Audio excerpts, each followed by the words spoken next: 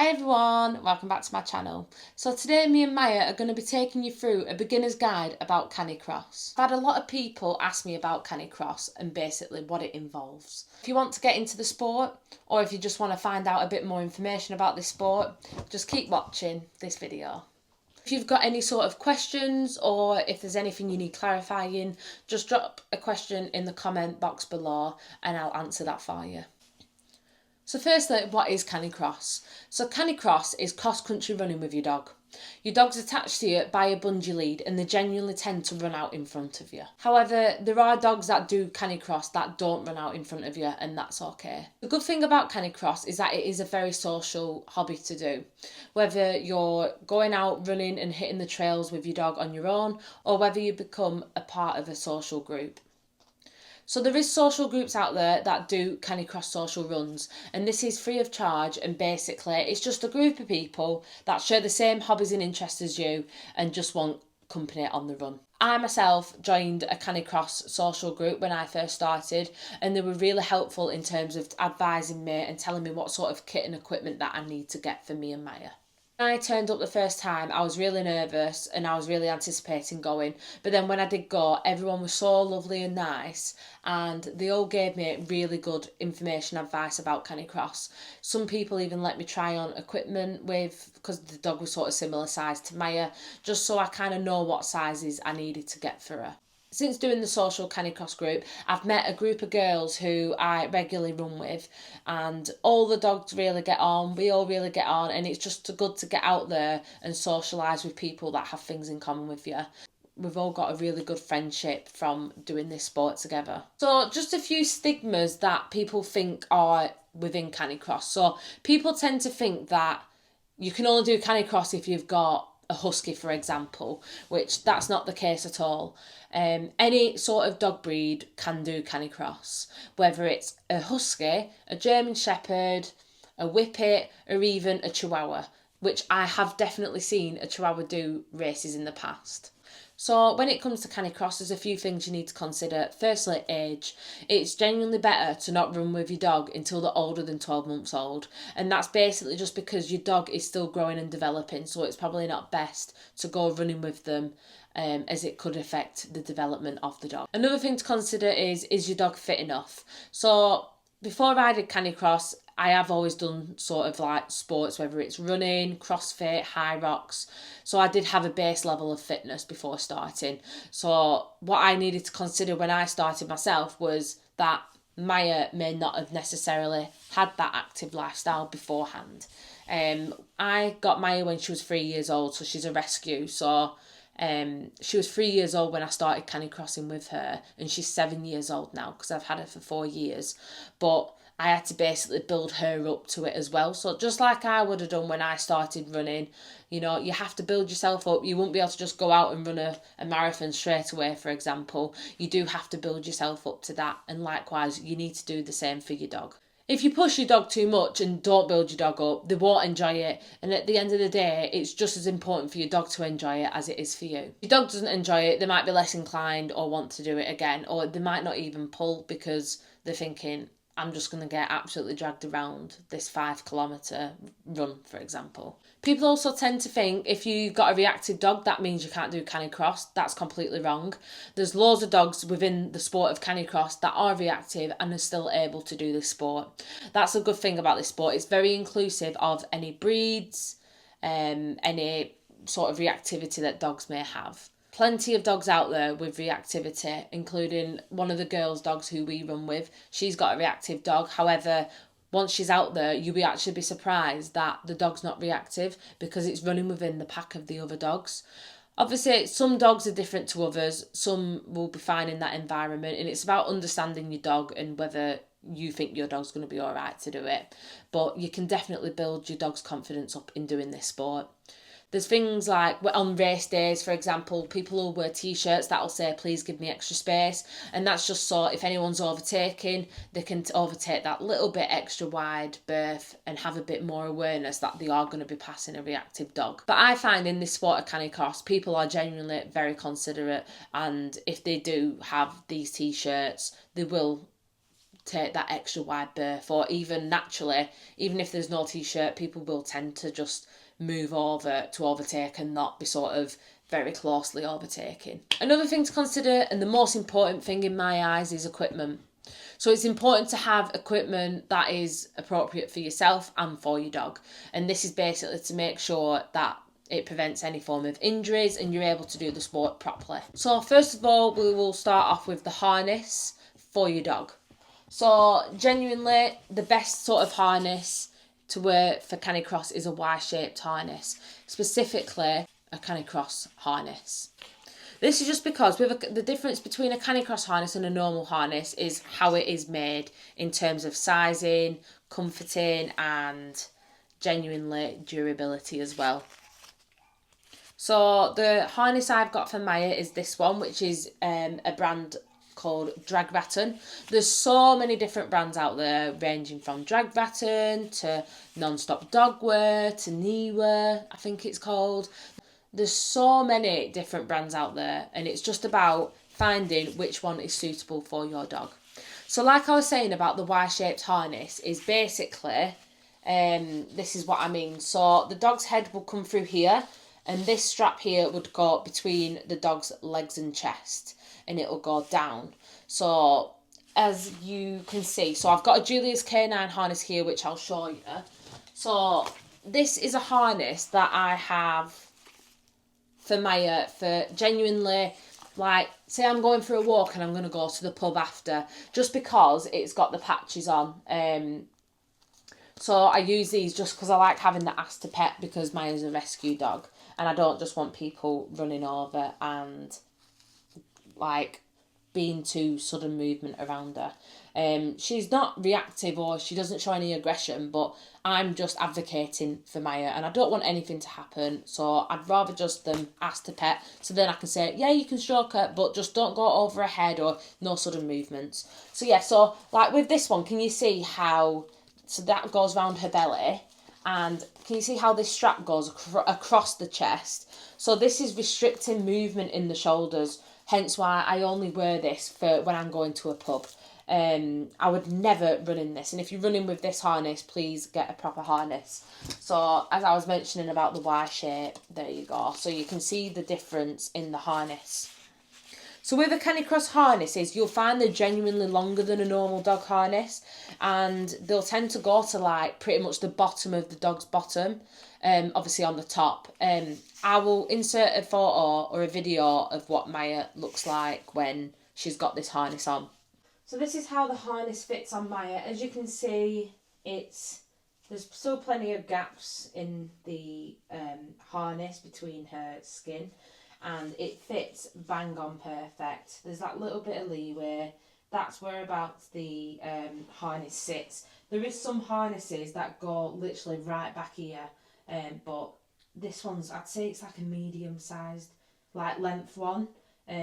As I was saying, she's not the strongest puller, so this is best for her. But yeah, it is genuinely a really good fit for her. So as you can see from the cross neck, it's sort of, this is how most harnesses tend to fit. And then, I'll just show you around the front, good girl. As you can see, the Y shape, it goes between her neck and then under her chest.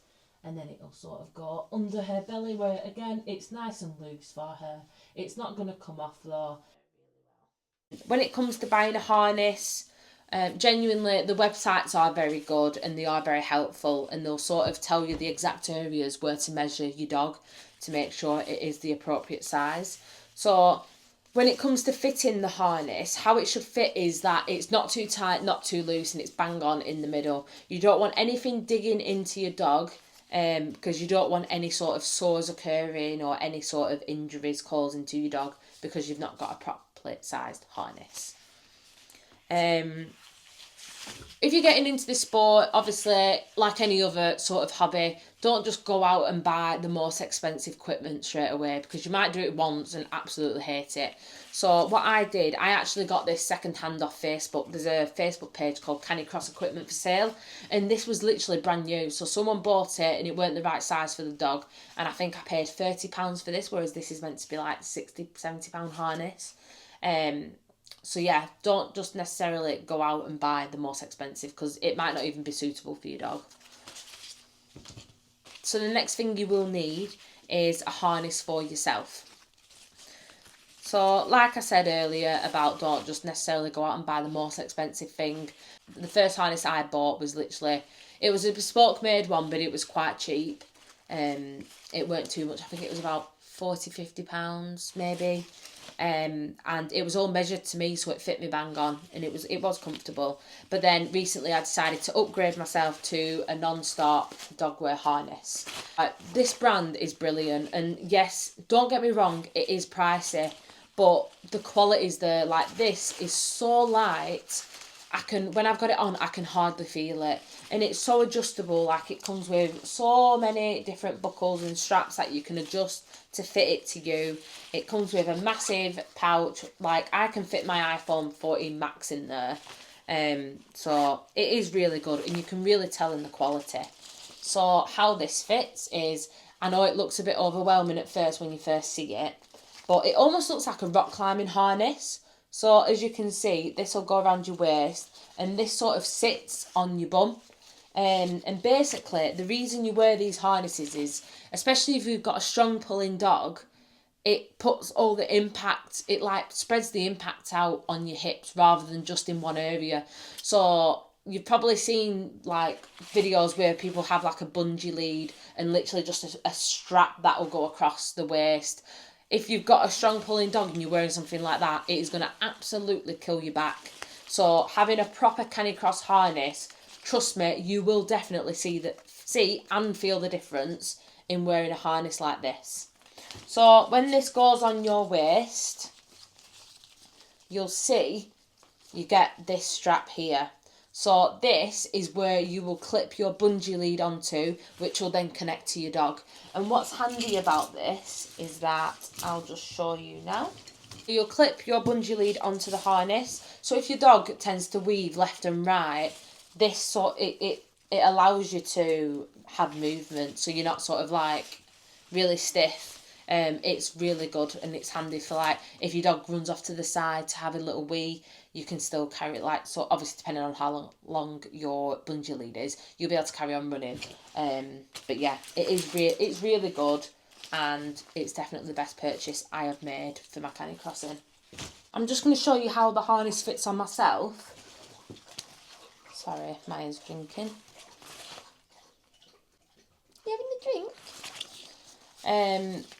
So like I explained earlier, it comes with leg straps. So you sort of stand in them. So some leg straps, so in my old one, with the leg straps, I'd be able to unclip them. So I'd just put the harness around my waist, and then I would sort of unclip the leg straps and be able to clip them on once I've got them on. Whereas with this one, it doesn't. So it's a little bit more awkward to get into initially. But like I said, once it's on, it's really comfortable. So as you can obviously see, you've got the, excuse how it looks for now, because I've not got the right shorts on for this. I wouldn't run with these shorts on because they're like a jogger type material, so they're sitting a bit funny, but just ignore that for now. So obviously the leg straps, they go between your legs, and then this is the harness that you clip your bungee onto, and then this is how it sits at the back. Sort of like across your bum like that, and then, you know, the bungee lead will attach here, and then your dog will pull you forward. Like I said, once it's on, I can't even feel it. It's very comfortable, but I've just not got the right shorts on to show you. But I'm here now, so I might as well just show you. So finally, the next bit of equipment you need is a bungee lead, like so. So these can come in different lengths. So when I first started, I think it was literally like a bungee lead off Amazon. As long as it's a bungee lead and it has that shock absorbing, you'll be fine. So I think that one I had was 2 meters, which now I look back, that was probably too long, because Miyah is a puller, but she's not really a strong puller. So one of the girls' dogs, her dog's a whippet, which is a lot smaller than Miyah, because Miyah's like 30 kg, and I reckon my friend's dog is probably like 10, 12, like no more than 12 kg, I imagine. I might be totally wrong. But it's a whippet, so it's not a big dog, but it's not like a tiny, tiny dog. It's sort of in between. But he pulls a lot more than Miyah. We swapped dogs one time, and I genuinely felt like he was pulling more than her, which is crazy, really. But obviously, every dog's different. So I then decided to upgrade to a smaller size bungee. So this is a 1 meter bungee now, and it is so much better, especially if you've got a dog that doesn't pull as much. Then a shorter bungee is better for you. And I just find genuinely it's better to have a shorter one, just because I feel like I've got more control, and I feel like I can grab her quicker than my long 2 meter one.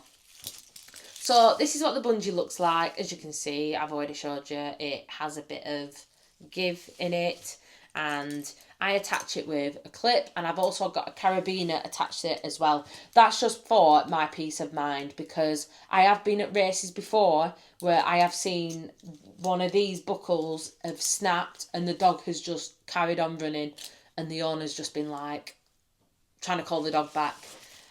So for my peace of mind, I'd rather just double, because it's very hard for 2 of them to both break. So yeah, I always double clip Miyah onto myself. That's it in terms of equipment. Yeah, equipment is the most important thing, really. You do need to genuinely, it's worth the investment, especially if you're going to stick it out. You'll find as well, if you want to do Canicross races, they will check your equipment and make sure it is safe for you and your dog. And if you turned up in the Julius K9 harness, like a harness like this, for example, they're not going to let you race, and they will send you home, so you would have just wasted your time. So yeah, it's really important to make sure you get the right kit for your dog. So I've done a few races now with Miyah. I've done varying in distances between 5k, 7.5k, 10k. I've even done a 5k obstacle race with her, which was basically like, the only way I can explain what it was like, it was almost like a Tough Mudder but with your dog. So you basically do the 5k run, but there's obstacles in between. So there was like, what was there? There was like jumping through tyres, jumping over hurdles, jumping into water, jumping over hay bales, putting your dog in a trolley and pushing them.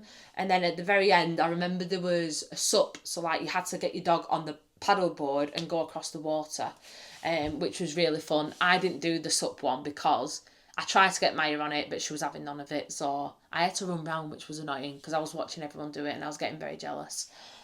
So I do need to train her to go on a sup so I can do it this year. But yeah, there's so many races out there. So if you go on like the Dog Fit website, that's how it'll tell you all the dog friendly Canicross runs, because you'll find as well is some normal races will be dog friendly, but it'll obviously state like you have to have Canicross equipment.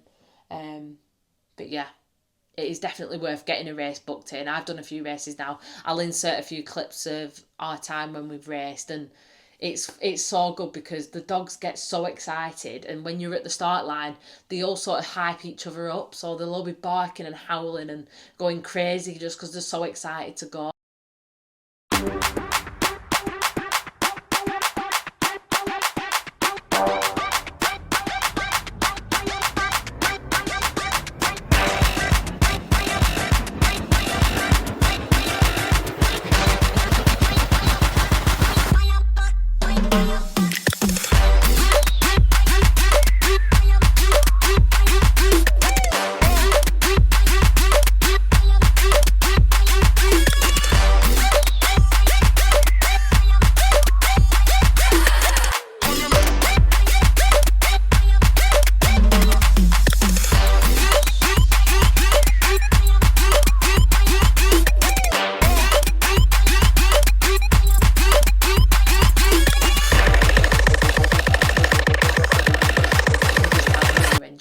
so much. So Canicross season tends to be around autumn, winter, springtime, just because, as I mentioned, the heat is something you just need to consider. Obviously, you need to be careful for yourself and for your dog. You're not going to take your dog out for a run in 20 odd degree heat. So when I run, I do tend to sort of plan my runs around water, where Miyah can have a drink in the water or even a splash around in the water.